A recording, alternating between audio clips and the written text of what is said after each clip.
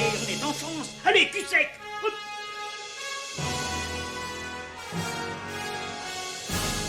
Personne ne veut le croire et pourtant c'est vrai. Ils existent, ils sont là, Tarnatata. Glow. Il faut qu'on pète.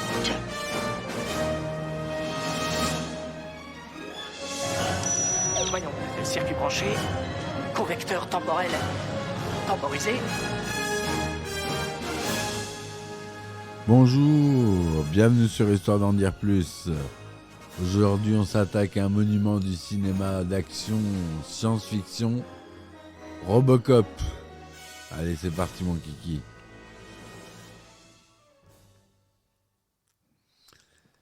Alors, Robocop, c'est le premier film américain de Paul Verhoeven, sorti en 1987, scénarisé par Edward Neumeyer et Michel Miner. Ce film de science-fiction met en vedette les acteurs Peter Weller, Nancy Allen, Daniel O'Reilly, Ronny Cox, Kurtwood Smith et Miguel Ferrer.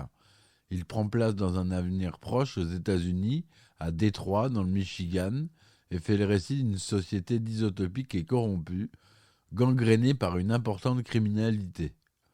Lors d'une intervention de police, l'officier Alex Murphy, à Peter Weller, est brutalement assassiné par les membres d'un gang de criminels qu'il poursuivait.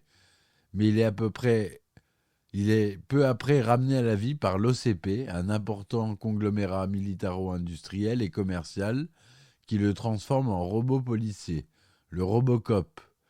Ignorant toute son ancienne vie, Robocop mène une campagne brutale contre le crime tout en percevant des fragments persistants de son humanité perdue, ce qui l'amènera à enquêter sur son existence passée. Robocop a eu un succès surprise lors de sa sortie en juillet 87, obtenant une recette de 53,4 millions de dollars.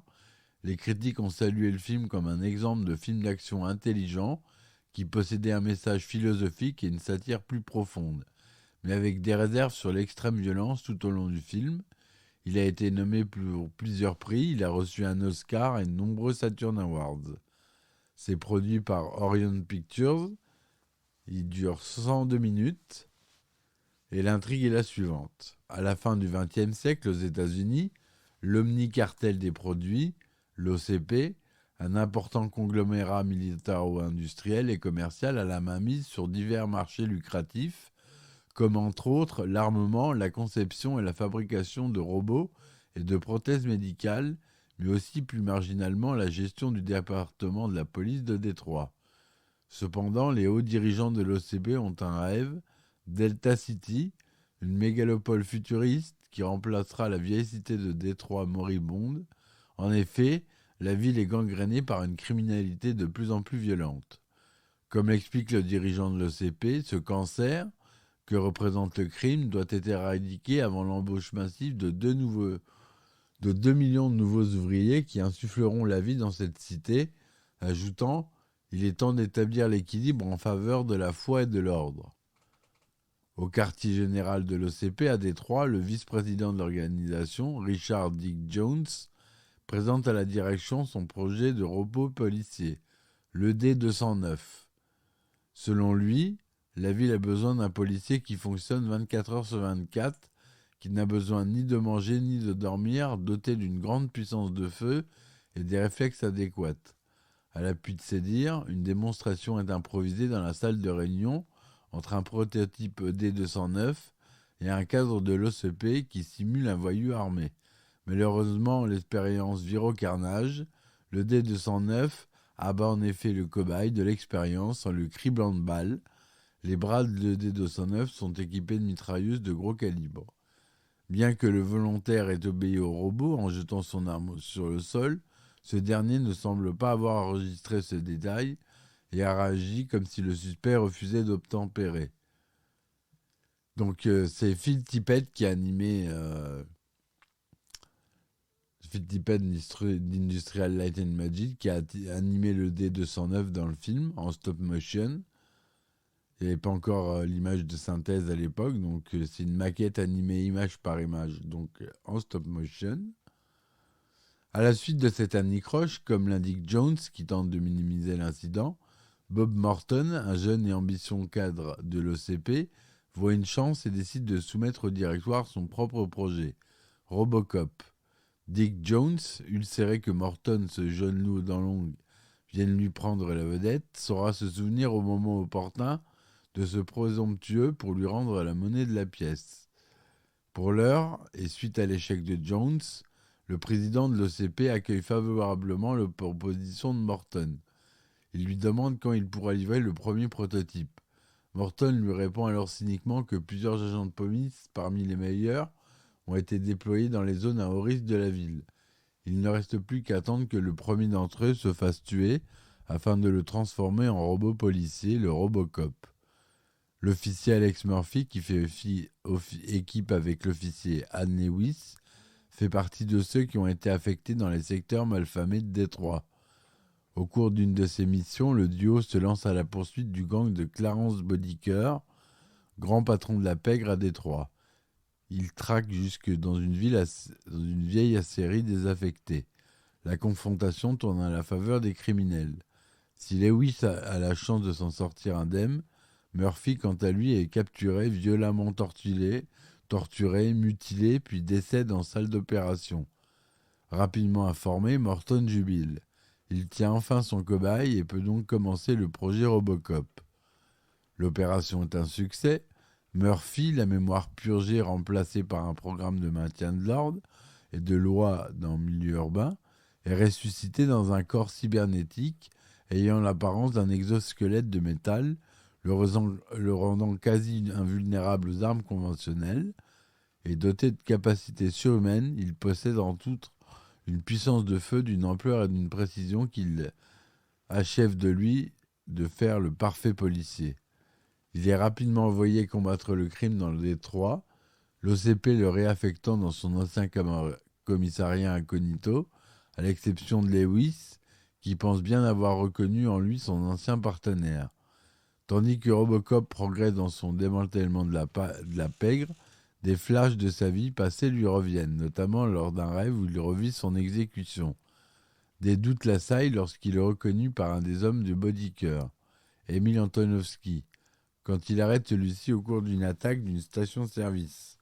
Mettant de côté les directives de l'OCP, il part à la recherche de son passé, il quitte le commissariat et se lance à la poursuite des hommes qui l'ont tué. Peu après, Bob Morton, dont l'arrivisme a été exacerbé par la réussite du projet Robocop, est assassiné par Clarence Bodiker sur ordre de Dick Jones. Après avoir arrêté Emile Antonovsky, Robocop intercepte dans une boîte de nuit un autre des hommes de main de Bodiker, Léon Nash, puis il mène un raid dans une fabrique de drogue où se trouve leur chef, venu négocier une vente avec le trafiquant. Une fusillade éclate. Robocop, après avoir neutralisé les nombreux hommes de main qui protégeaient l'endroit, réussit à arrêter Bodiker, apprenant de celui-ci qu'il est à la solde de Dick Jones. Robocop se dirige vers l'immeuble de l'OCP pour appréhender le cadre dirigeant. Cependant, une directive prioritaire intégrée à son système informatique, la directive numéro 4, l'en empêche et le paralyse lorsqu'il tente d'arrêter Jones. Celui-ci en profite et contre-attaque à l'aide de son ED-209. Tant bien que mal, Robocop réussit à neutraliser le droïde et s'échappe du bâtiment avant d'être pris pour cible par les forces de l'ordre que Jones rameute contre lui. Mis en pièces, il ne doit son salut qu'à l'intervention de Lewis, laquelle est convaincue qu'il s'agit bien de son ex-équipier. Le lendemain, dans les locaux de l'OCP, Dick Jones reçoit Clarence Bodiker et le somme d'éliminer le robot. Ce dernier a enregistré les aveux compromettants que le criminel lui a fait.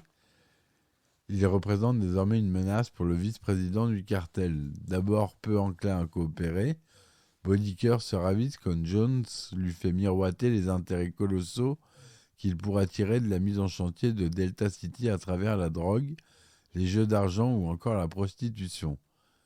Peu de temps après, Bodiker et sa bande se rendent dans une acérie, en réalité la même où ils ont assassiné Murphy quelques mois plus tôt, à la recherche de Robocop pour l'éliminer. Aidé par Lewis, le cyborg parvient à abattre l'ensemble du groupe et neutralise une bonne fois pour toutes Bodycore en lui tranchant la carotide. Il retourne ensuite au siège de l'OCP, détruisant au passage un ED-209 qui gardait le bâtiment. Il entre dans la salle de réunion et confondit Jones en dévoilant devant tout le conseil d'administration une vidéo dans laquelle il confesse le meurtre de Bob Morton. Piégé, Jones prend en otage le président du cartel tout en échafaudant une stratégie pour s'enfuir, mais ce dernier, habilement, licencie Jones et désactive ainsi la directive numéro 4 qui empêchait Robocop de l'arrêter. Libéré de son programme, le policier met hors d'état de nuire son adversaire.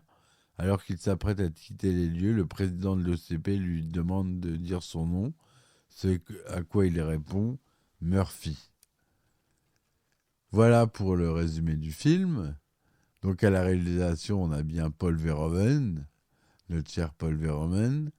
À la musique, qui est assez mémorable, on a Basil Paul Douris. On a tous, quand vous écoutez la musique, on se souvient bien de cette musique. Elle a été bien matraquée. Producteur associé Phil Tippett, spécialiste en stop motion, qui avait ouvert déjà sa propre entreprise à l'époque, je pense, en 87. La production, c'est Orion Pictures et la société de distribution aussi pour les États-Unis et la 20th Century Fox pour la France. Le budget était de 13 millions de dollars. Il est filmé en couleur deluxe 35 mm et 70 mm, en 1,85e Panavision en 35 mm et en 2/20e Panavision 70 en 70 mm. Son Dolby SR en 35 mm et 70 six-track en 70 mm DTS édition spéciale. La durée normale du film est de 102 minutes et 103 minutes pour la version Director's Cut non censurée. Il est sorti aux États-Unis le 17 juillet 1987 et en France le 20 janvier 1988. Il est restricted R aux États-Unis, interdit au moins de 17 ans, et en France interdit au moins de 12 ans avec avertissement, parce qu'il est vraiment violent. C'est vrai qu'il a cette assez trash. L'idée de Robocop est venue à Edward Neumer après avoir participé au tournage de Blade Runner en 1982 de Ridley Scott, dans lequel Harrison Ford pourchasse des androïdes appelés réplicants. Le projet est proposé à plusieurs réalisateurs qui le refuseront, comme David Cronenberg ou Jonathan Kaplan. C'est finalement le néerlandais Paul Verhoeven, 49 ans à l'époque, et n'ayant jamais tourné aux États-Unis, qui est choisi. Il a cependant une solide carrière derrière lui, venant de terminer La chair et le sang, un drame historique ultra-violent. Verhoeven se targue à longueur d'interview d'adorer la violence au cinéma et de chercher avant tout à filmer Satan tuant Jésus. C'est un cinéaste de la perversité qui aime séduire pour laisser divaguer notre conscience avant de nous balancer la réalité en pleine figure. Il se considère comme un homme de gauche qui flirte avec la ligne jaune de la bonne conscience. La société de production Orion Pictures, indépendante à l'époque, produit le film. C'est cette même société qui, 3 ans plus tôt, a produit Terminator, le grand frère avoué de Robocop.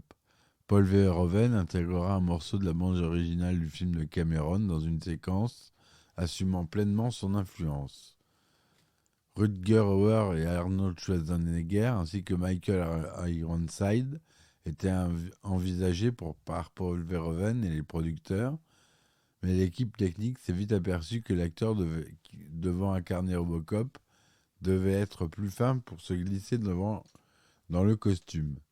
Le rôle sera également proposé à Tom Berenger avant que Peter Weller ne soit engagé.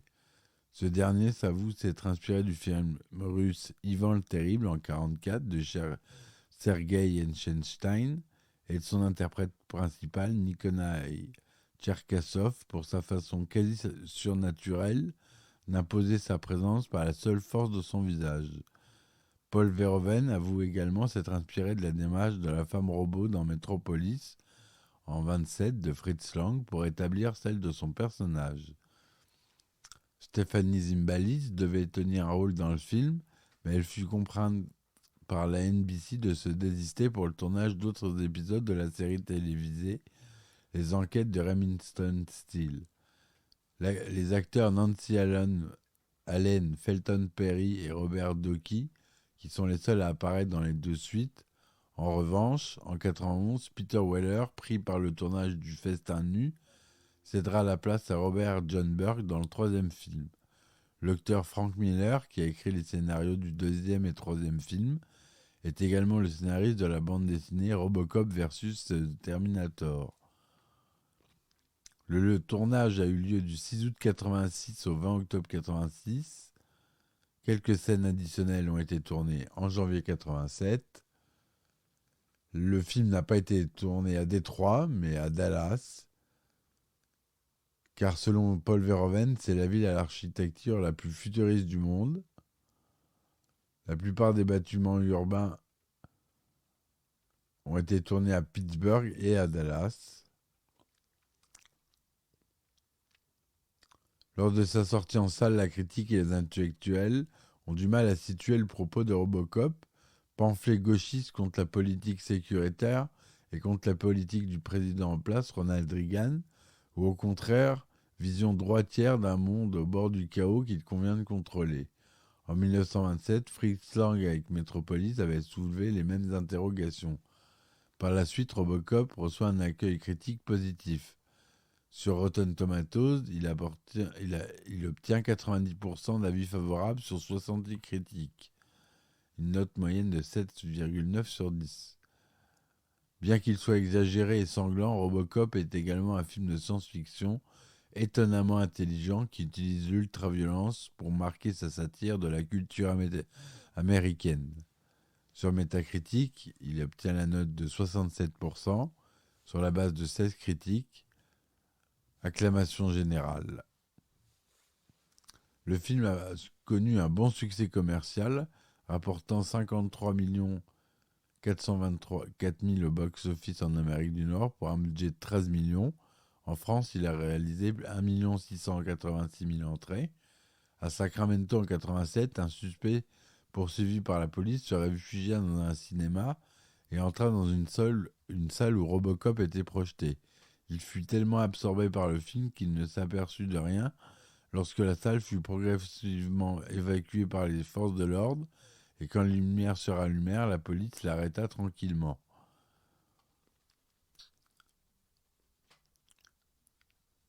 Alors, Academy of Science Fiction, Fantasy and Horror Film, les Saturn Awards 88, Saturn Awards du meilleur film de science-fiction, meilleure réalisation, meilleur scénario, meilleur maquillage pour Rob Bottin, meilleurs effets spéciaux pour Phil Tippett,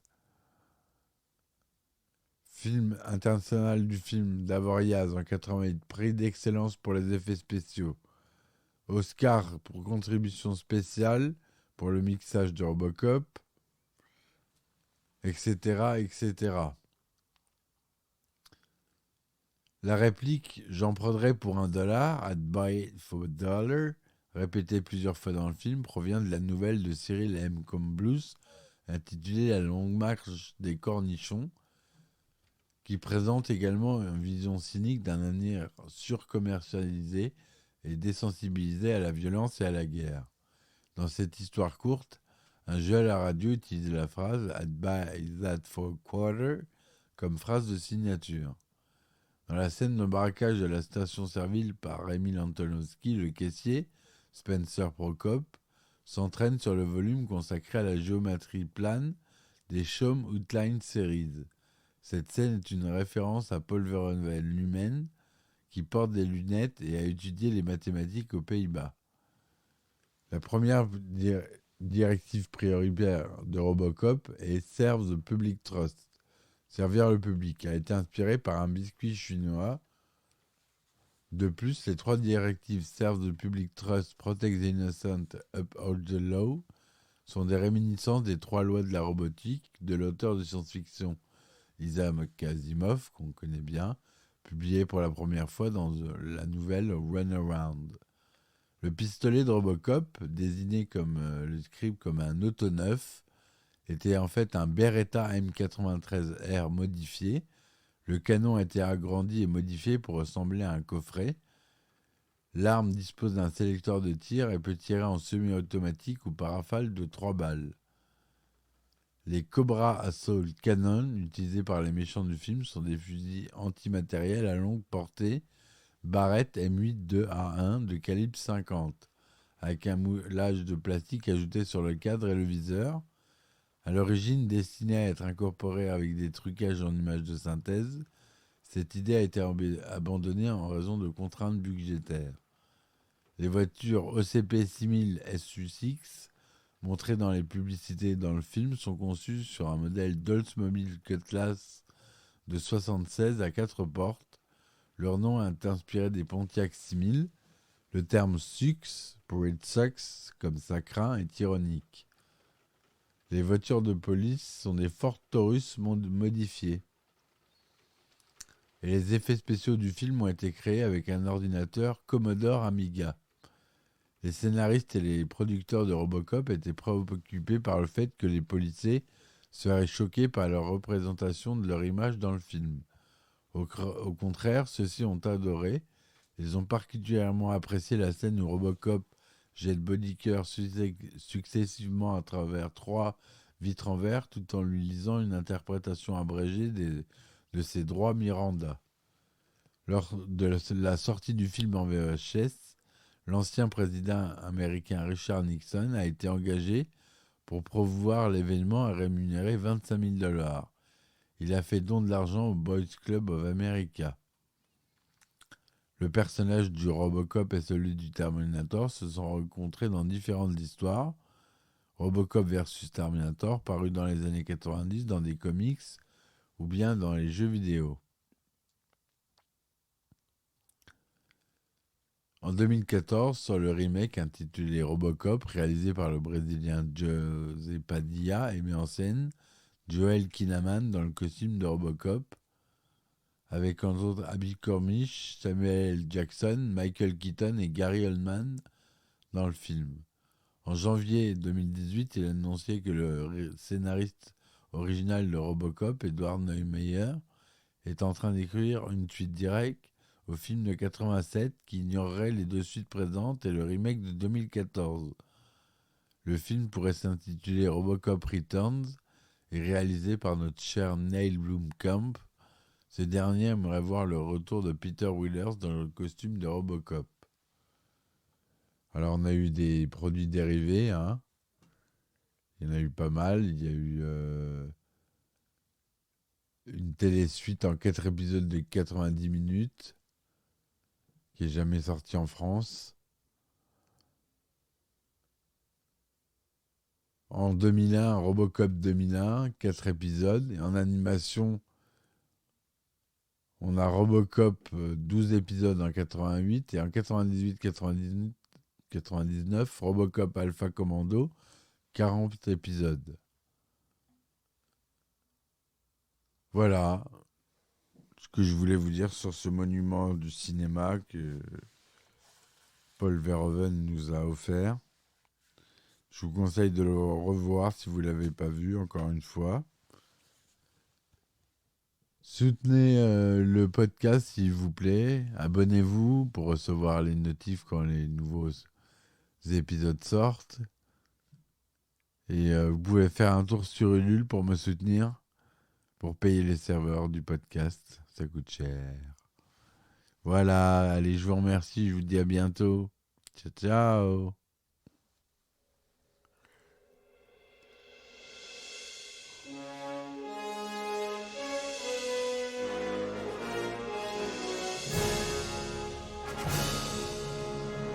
Eh ben attendez, on est en France. Allez, cul sec. Hop.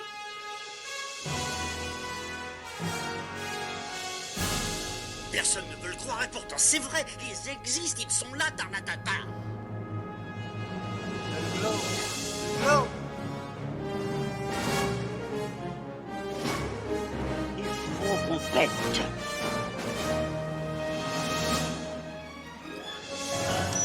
Voyons, circuit branché, correcteur temporel temporisé,